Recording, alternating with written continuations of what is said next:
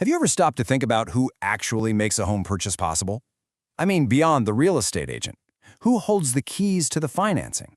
Well, it's a specific pro who dives into the super complex world of loans to make it all happen. So today, we're going to pull back the curtain on the role of the mortgage loan originator.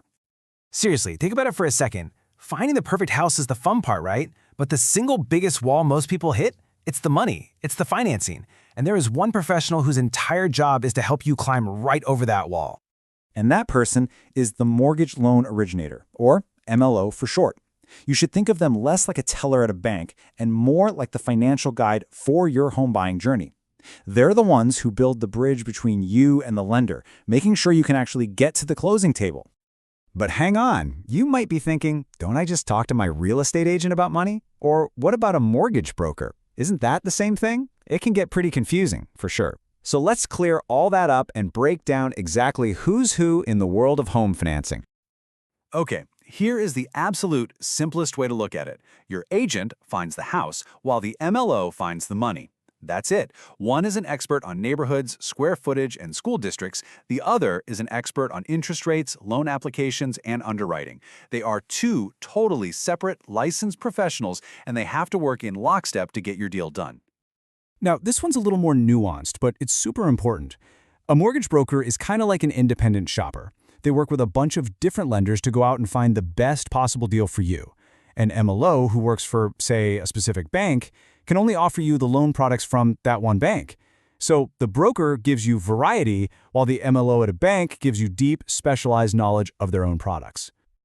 All right, so now you get the role, it's crystal clear. But how does someone actually become an MLO? Well, it's not something you just decide to do one day. It's a licensed profession with a very specific, regulated path. So let's walk through that journey, step by step.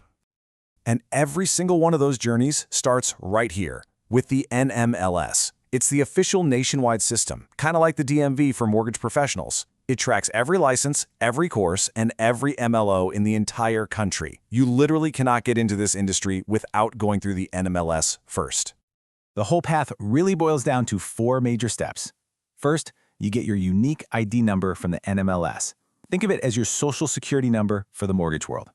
Then, you've got to hit the books and complete your required education. After that, you face the big boss, the national exam. But listen, even if you pass, you are not done. There's one final, absolutely critical step. You have to find a company to sponsor you. And I really can't stress this part enough. This isn't a career where you can just hang a sign on your door and say you're open for business. Your MLO license has to be tied to a sponsoring employer, like a bank or a brokerage. Without that sponsor, your license is basically just an expensive piece of paper. It's completely inactive. Okay, so you did it. You jumped through all the hoops, you got your license. Now what? What does life actually look like as an MLO? This is where we get into the stuff everybody really wants to know. Can I work from my couch? And how much money are we talking about here? Let's just tackle that big flexibility question right out of the gates. So, what's the real story on flexibility? Well, remote work? Absolutely. A huge number of MLOs work from home. Part-time? That's a bit trickier. It's possible, but when a client needs you, they need you now. Loan timelines are no joke. And as for being your own boss, well, even though you're often paid on commission, remember that sponsorship role? It means you always work under a licensed company, so you're never truly self-employed. Okay, so if you're not getting a regular salary, how do you actually make a living? Simple. You find clients. This is the hustle part of the job. You're building relationships, networking with real estate agents, or maybe your company provides you with leads. But make no mistake, your income is directly tied to your ability to bring in business. All right, let's get down to brass tacks, the bottom line. This is a performance-based job, so what can that performance actually pay? For a lot of people, this is the #1 reason they're even thinking about this career. Well, the most honest answer is, it completely depends. There is no single salary number. Most MLOs are paid on commission, which is a small percentage of the total loan amount. We're talking basis points here. So a bigger loan means a bigger paycheck for you. In a hot market with lots of connections, the sky is the limit. But in a slow market, it can be a real grind. It's a true you eat what you kill kind of role. So we've looked at the path to get licensed and the potential rewards when you get there. But hey, No career is all sunshine and rainbows. To figure out if this is right for you, you've got to look at the hurdles. So let's get real about the challenges you're going to face. So, what are those things that trip people up on the way to becoming a successful MLO? Let's break down the big ones. First, your own financial health matters. It's really tough to get licensed if you have bad credit. Second, that sponsorship we keep talking about, finding a company to take a chance on you when you're brand new can be a huge challenge. Then there's the NMLS test itself. It is notoriously difficult.